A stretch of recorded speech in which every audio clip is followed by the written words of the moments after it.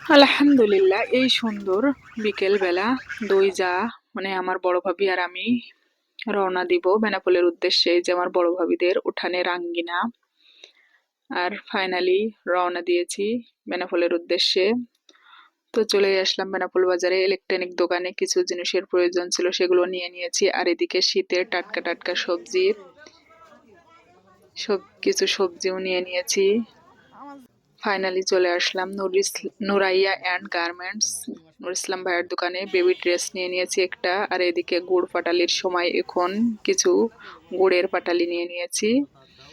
আর এই যে মুরগি ঘর বানানোর জন্য কিছু প্রেক নিতে হবে, সেটাও নিয়ে নিলাম।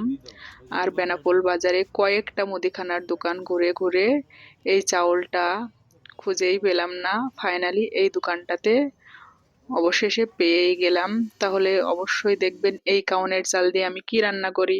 আল্লাহ হাফেজ, আসসালামু আলাইকুম।